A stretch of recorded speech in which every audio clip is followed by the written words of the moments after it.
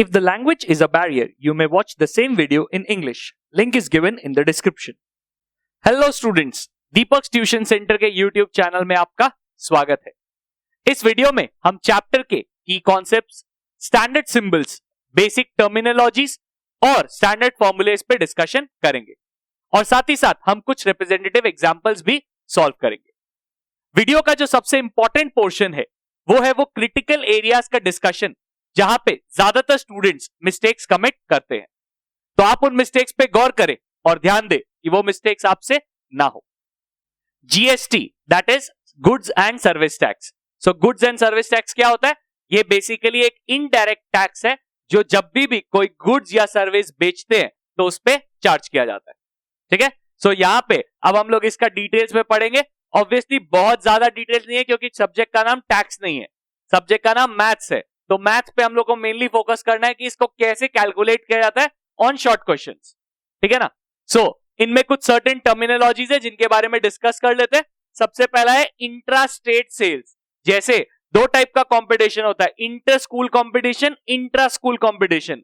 Intra मतलब school के अंदर और इंटर मतलब स्कूल के आपस में, मतलब स्कूल के बाहर। So basically intra state sales मतलब अगर एक ही स्टेट में हम लोग सेल्स कर रहे हैं, मतलब जो हम लोग का शॉपकीपर है और जो कंज्यूमर है, जो सेलर है और जो बायर है, वो दोनों सेम स्टेट को बिलोंग करते हैं, तो वैसे के सिचुएशंस में whenever the sales are within the boundaries of the state या फिर यूनियन टेरिटरी, तो हम लोग उसको इंट्रा स्टेट सेल्स बोलते हैं। या तो क्वेश्चन में मेंशन होगा या फिर तुमको जज करना पड़ेगा। और अगर इंट्रा स्टेट सेल्स है तो वैसे सिचुएशन में जो भी उस पे टैक्स लगता है वो टैक्स दो हिस्सों में डिवाइड होगा।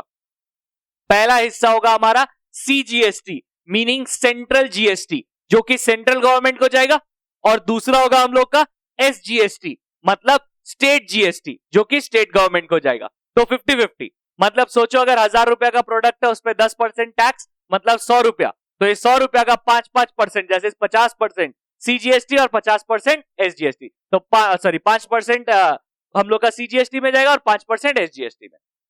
नेक्स्ट है इंटर स्टेट सेल्स। अगर सेल्स एक स्टेट से दूसरे स्टेट में हो रहा है, मतलब किसी पर्सन जो कि वेस्ट बंगाल में है उसने किसी पर्सन जो कि पंजाब में है उसको गुड्स बेचा है, तो वैसे सिचुएशन में जो बायर और सेलर है वो लोग एक सिंगल जीएसटी, जो सेलर है वो एक सिंगल जीएसटी रिसीव करेगा। वो क्या है हम लोगों का IGST, that is integrated GST. और ये पूरा का पूरा जीएसटी किसको जाएगा? हम लोगों का सेंट्रल गवर्नमेंट को। स्टेट गवर्नमेंट्स को कुछ नहीं मिलेगा। ठीक है ना, तो ना पंजाब गवर्नमेंट को कुछ मिलेगा ना वेस्ट बंगाल गवर्नमेंट को कुछ मिलेगा, पूरा का पूरा सेंट्रल गवर्नमेंट को जाएगा। Input tax and output tax. जब भी कोई सेलर अपना गुड्स बेचता है तो वो गुड्स को आउटपुट कर रहा है, ठीक है ना, तो उस पे उसको जो टैक्स मिलता है वो होता है output tax. Obviously who collects the tax at the first point जो सेलर है वो कलेक्ट करता है और फिर उसका रिस्पॉन्सिबिलिटी है कि वो गवर्नमेंट को टैक्स पे करे। तो basically if I am a shopkeeper, मैंने किसी से गुड्स खरीदा, तो जब गुड्स मेरे घर में आया, गुड्स इनपुट हुआ, तो उस वक्त पे हम लोगों ने एक सर्टेन टाइप ऑफ टैक्स पे किया। वो सर्टेन टाइप ऑफ टैक्स क्या था? उसको हम लोग बोलते हैं इनपुट जीएसटी। और इसी गुड्स को जब मैं वापस रीसेल करूंगा तो मैं जो बेचूंगा उसके वर्सेस मेरे एक टैक्स रिसीव होगा, उसको हम लोग बोलते हैं आउटपुट जीएसटी। सो इनपुट जीएसटी कब लगता है? जब मैं गुड्स परचेस करता हूं तो मेरे को इनपुट जीएसटी पे करना पड़ता है, और जब मैं गुड्स सेल करता हूं तो मेरे को आउटपुट जीएसटी मिलता है। जीएसटी के कॉन्सेप्ट को थोड़ा बेटर समझने के लिए हम लोग एक एग्जांपल लेते हैं। सपोज मिस्टर ए ने कुछ सर्टेन गुड्स मिस्टर बी को बेचा और फिर मिस्टर बी ने वो सर्टेन गुड्स वापस सी को बेचा। तो अज्यूम कर रहे हैं कि मिस्टर ए ने गुड्स 1000 रुपीज में मिस्टर बी को बेचा, तो A sold goods at ₹1000 for to mister B. So A का सेलिंग प्राइस ₹1000। ऑब्वियसली जिस रेट पे मैंने बेचा उसी रेट पे तुमने खरीदा, तो तुम्हारा कॉस्ट प्राइस ऑब्वियसली ₹1000 ही होगा। यहां पे हम लोग अज्यूम कर रहे हैं कि मिस्टर ए का कॉस्ट प्राइस 0 है। सपोज वो मैन्युफैक्चरर है, उसने स्क्रैच से प्रोडक्ट बनाया, कुछ नहीं से, ठीक है ना, ये अज्यूम कर रहे हैं। और सी हमारा कंज्यूमर है, ये आगे बेचेगा नहीं प्रोडक्ट, ये इसको कंज्यूम कर लेगा। ठीक है, सो जो डीलिंग है, जितना भी सारा कैलकुलेशन है, सब बी से रिलेटेड होगा। यही सबसे इंपॉर्टेंट आदमी है हमारे पूरे इक्वेशन में। सो जैसे ही बी जब गुड्स खरीदता है तो क्या वो सिर्फ 1000 रुपया देगा? नहीं, एवरी टाइम जब हम लोग बोलते हैं सीपीएसपी, वो हमेशा एक्सक्लूसिव ऑफ टैक्स होता है। अगर कभी भी इंक्लूसिव ऑफ टैक्स चाहिए तो वो अलग से लगाना पड़ेगा, ठीक है ना। सो बी जब गुड्स ए से खरीदा तो बी ने 1000 रुपया दिया प्लस टैक्स दिया। अज्यूम कर रहे हैं जीएसटी रेट 10% है फॉर इजी कैलकुलेशन, तो 10% ऑफ 1000 दैट इज 100 रुपया। तो बी ने 100 रुपीज टैक्स पे किया किसको? ए को। अगर ए का कुछ भी मतलब कॉस्ट प्राइस नहीं है तो उसने सारा का सारा सेल्स के ऊपर टैक्स कमाया और ये टैक्स उसके पॉकेट में नहीं जाना चाहिए। तो ये टैक्स किसके जाना चाहिए? गवर्नमेंट के। सो गवर्नमेंट रिसीव करेगा जीएसटी रिसीव फ्रॉम ए। कितना रुपया? 100 रुपया। यहां पे हम लोग एसजीएसटी सीजीएसटी का डिस्कशन नहीं कर रहे कि ये इंटर स्टेट है इंट्रा स्टेट है, फिलहाल जस्ट जीएसटी समझ रहे। चाहे 50-50 रुपया करके स्टेट और सेंट्रल को जाए, चाहे पूरा 100 रुपया जाए, पर जाएगा तो गवर्नमेंट को ही।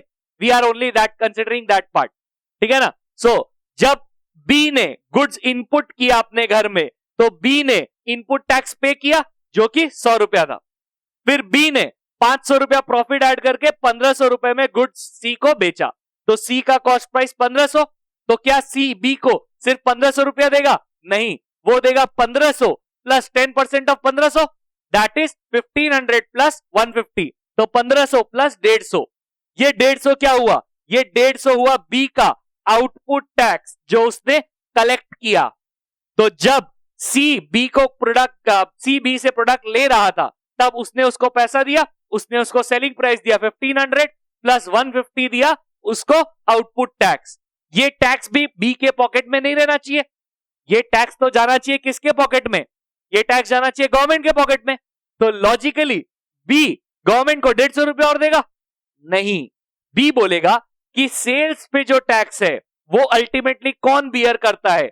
वो बियर करता है हमारा फाइनल कंज्यूमर। तो बेसिकली अगर मेरे को ये गुड्स आगे बेचना है तो मैं वो टैक्स तुमसे वसूलूंगा।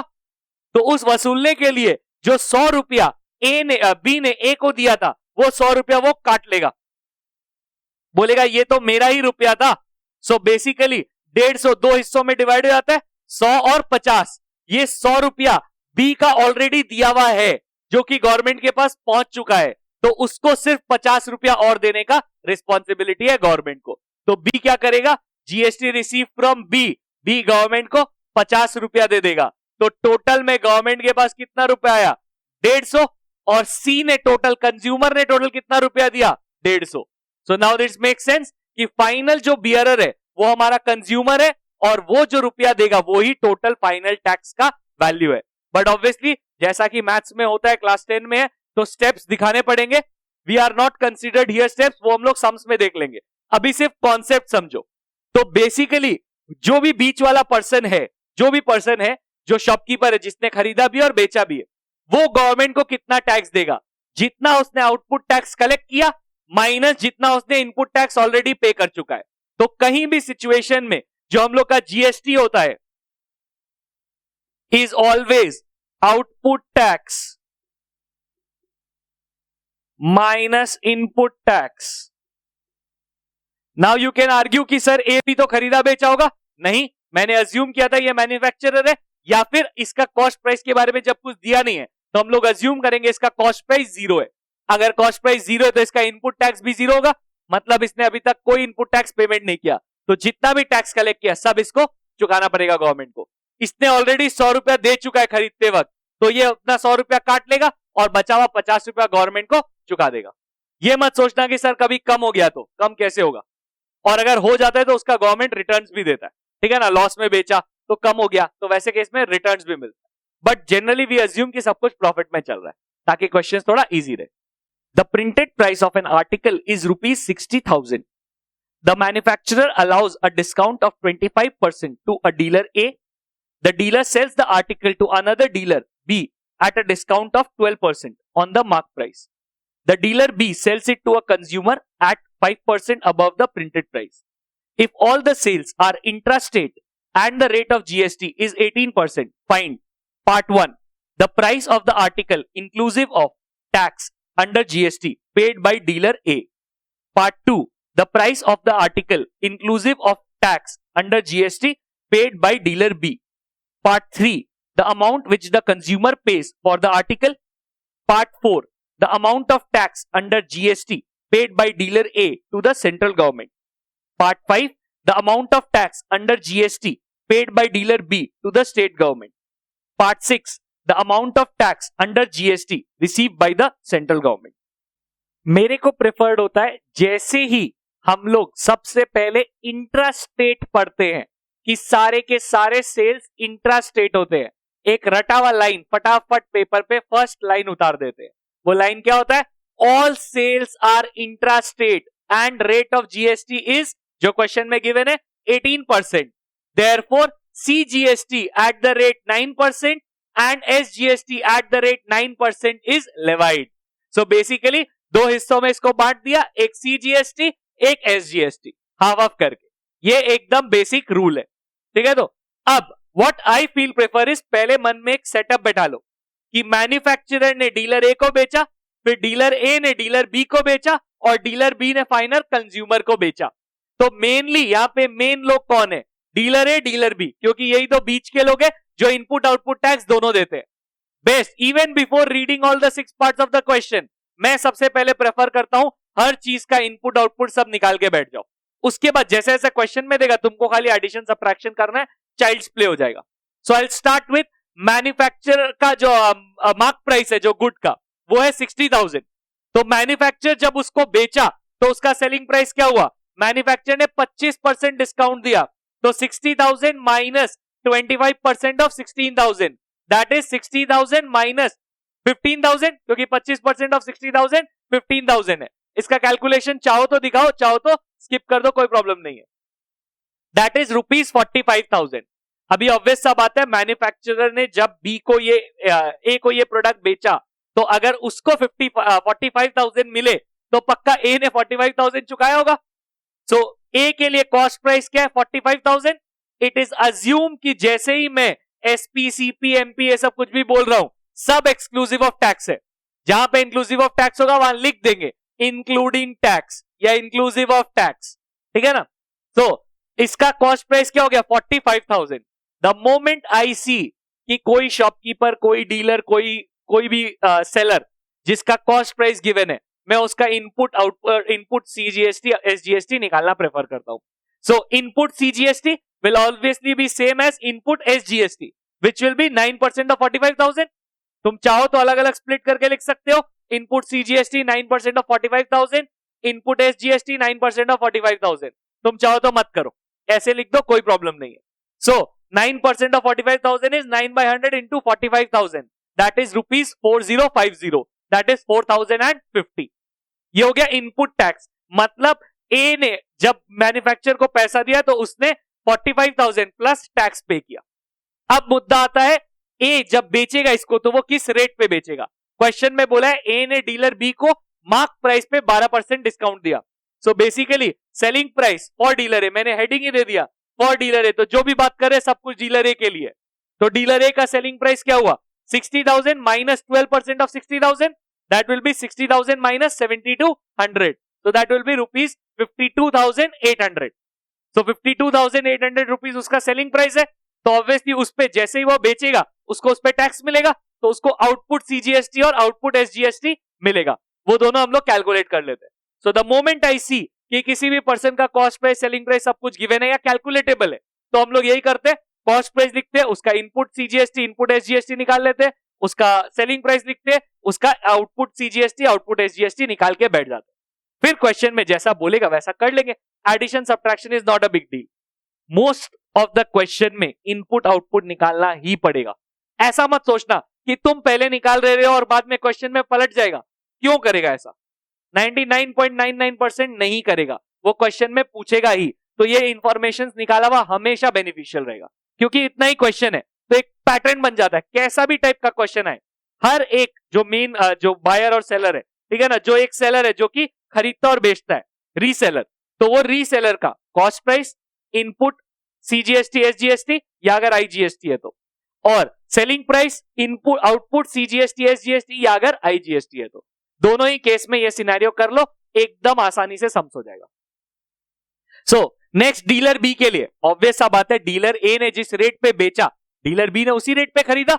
सो डीलर बी का कॉस्ट प्राइस क्या है 52,800 और ऑब्वियस सा बात है उसका input CGST input SGST will be same as dealer A का आउटपुट सीजीएसटी आउटपुट एसजीएसटी, क्योंकि इसी ने तो उसको दिया है, तो दैट इज सेम एज ₹4752। ये तो बस लिखने के लिए लिख दिया सारा इंफॉर्मेशन। एसपी, अब डीलर बी ने जब कंज्यूमर को बेचा तो उसने कैसे बेचा 60,000 प्लस उस पे 5% और, तो 5% ऑफ 60,000, 60,000 प्लस 3,000 दैट इज ₹63,000। तो 63,000 रुपीज उसने सेलिंग प्राइस, उसका सेलिंग प्राइस था। ऑटोमेटिकली जैसे ही सेलिंग प्राइस आता है मेरे मन में आता है आउटपुट सीजीएसटी एसजीएसटी निकाल लेते हैं।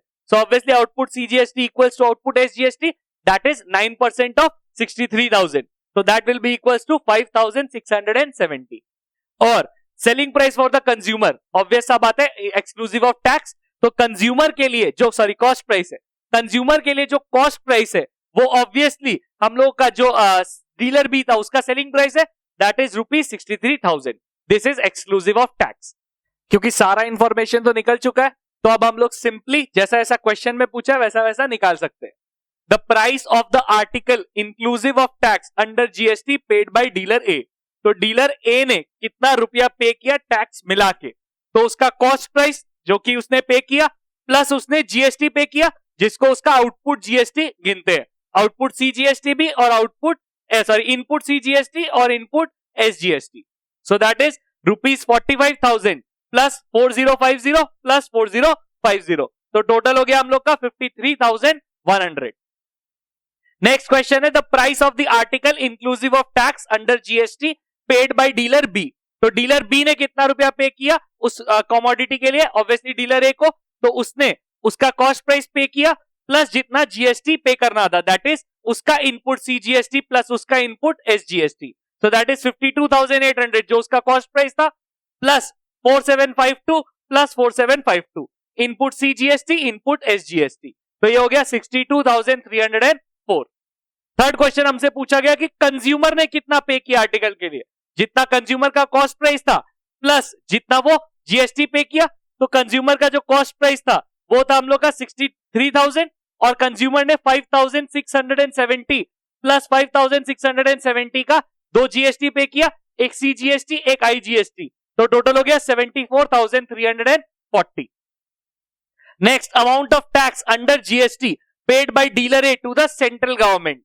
तो जब भी गवर्नमेंट को टैक्स जाता है उसका फॉर्मूला वही है output GST minus input GST. अभी सेंट्रल के लिए तो सीजीएसटी, स्टेट के लिए होता तो एसजीएसटी।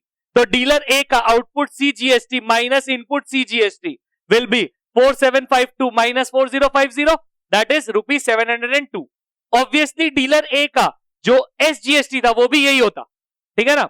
और amount of tax under GST paid by dealer B to the state government. तो डीलर बी ने स्टेट गवर्नमेंट को कितना दिया output SGST minus input SGST that is 5760 minus 4752 that is ₹918।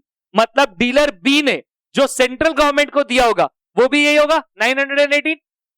Last question पूछा है सेंट्रल गवर्नमेंट को पूरा कितना टैक्स मिला।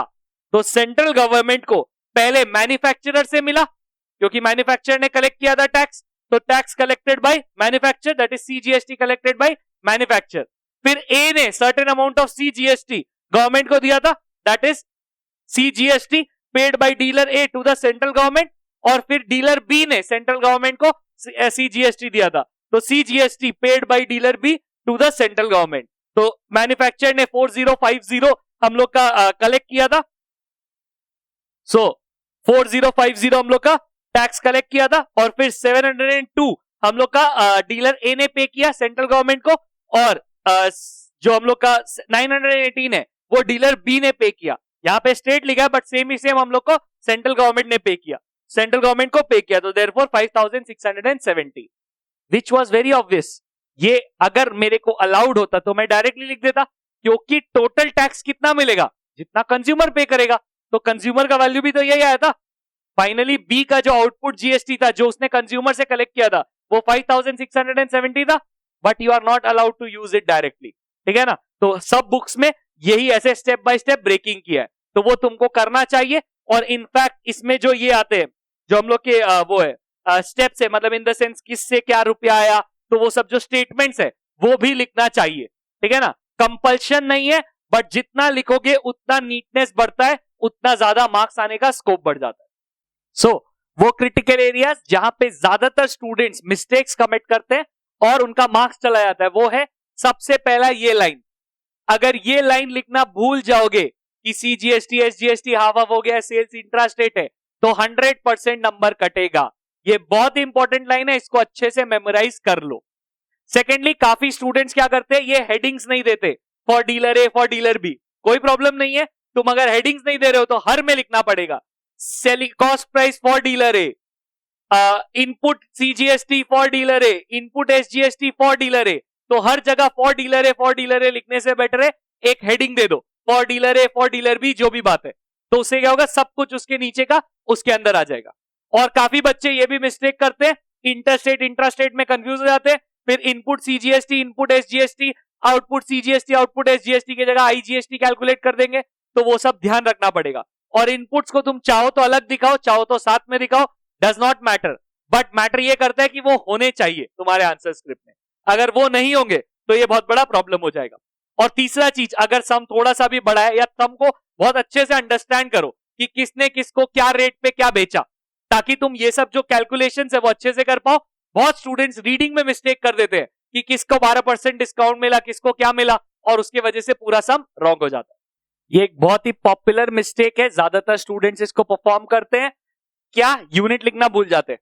अगर यूनिट नहीं लिखोगे तो पक्का मार्क्स कटेगा। तो और कुछ तो खास है नहीं, स्टेटमेंट्स तुम्हारे चॉइस पे है, पर यूनिट्स लिखना एकदम जरूरी है, ठीक है ना। और स्टेटमेंट्स लिखना बेटर होता है फॉर प्रेजेंटेशन। अगर ये रुपीस का सिंबल लास्ट में ऐड नहीं करोगे तो पक्का मार्क्स कटेगा। और रुपीस में आरएस नहीं लिख सकते, यही सिंबल यूज करना पड़ेगा। A shopkeeper in Rajasthan buys an article at the printed price of rupees 40,000 from a wholesaler in Delhi.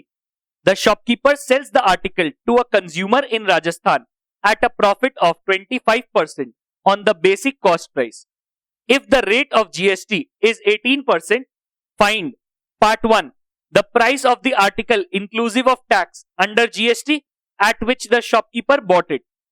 Part 2, the amount of tax under GST paid by the shopkeeper to government. Part 3, the amount of tax under GST received by the Delhi government. Part 4, the amount of tax under GST received by the central government. Part 5, the amount which the consumer pays for the article.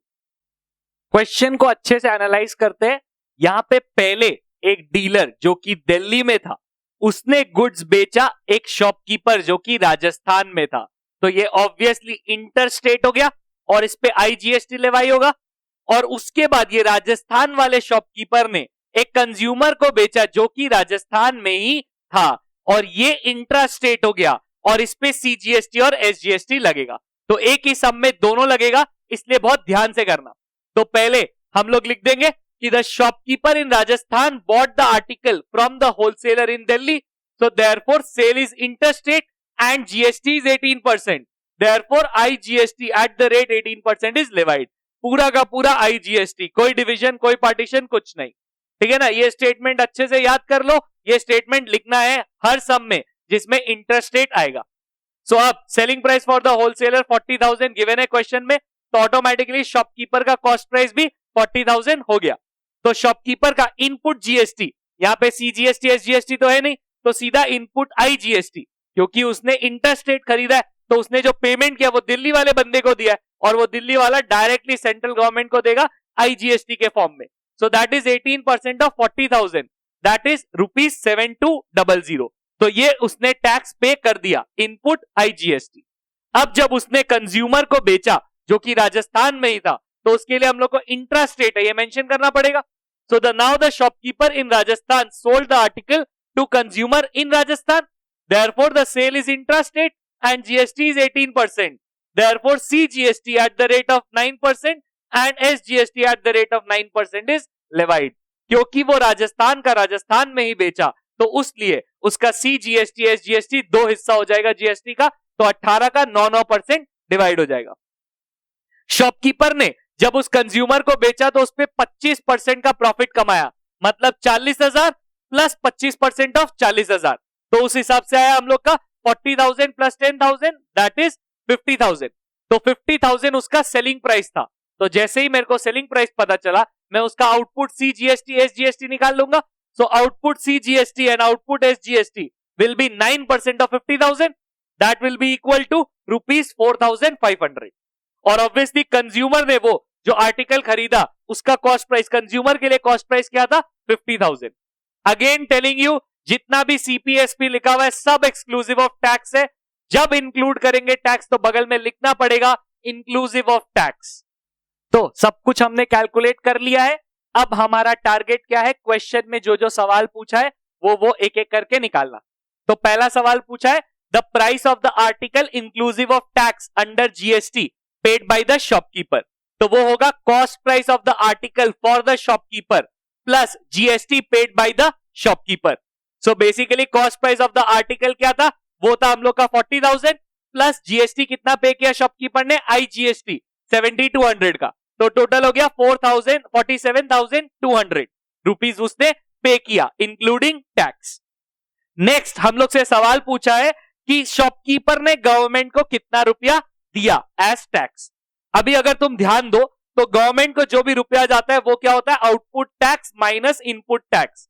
यहां पे output दो हिस्सा में आया है, एक CGST एक SGST, पर इनपुट गया सिर्फ आईजीएसटी है, मतलब गया सिर्फ सेंट्रल गवर्नमेंट को है और आया है सेंट्रल और स्टेट के लिए।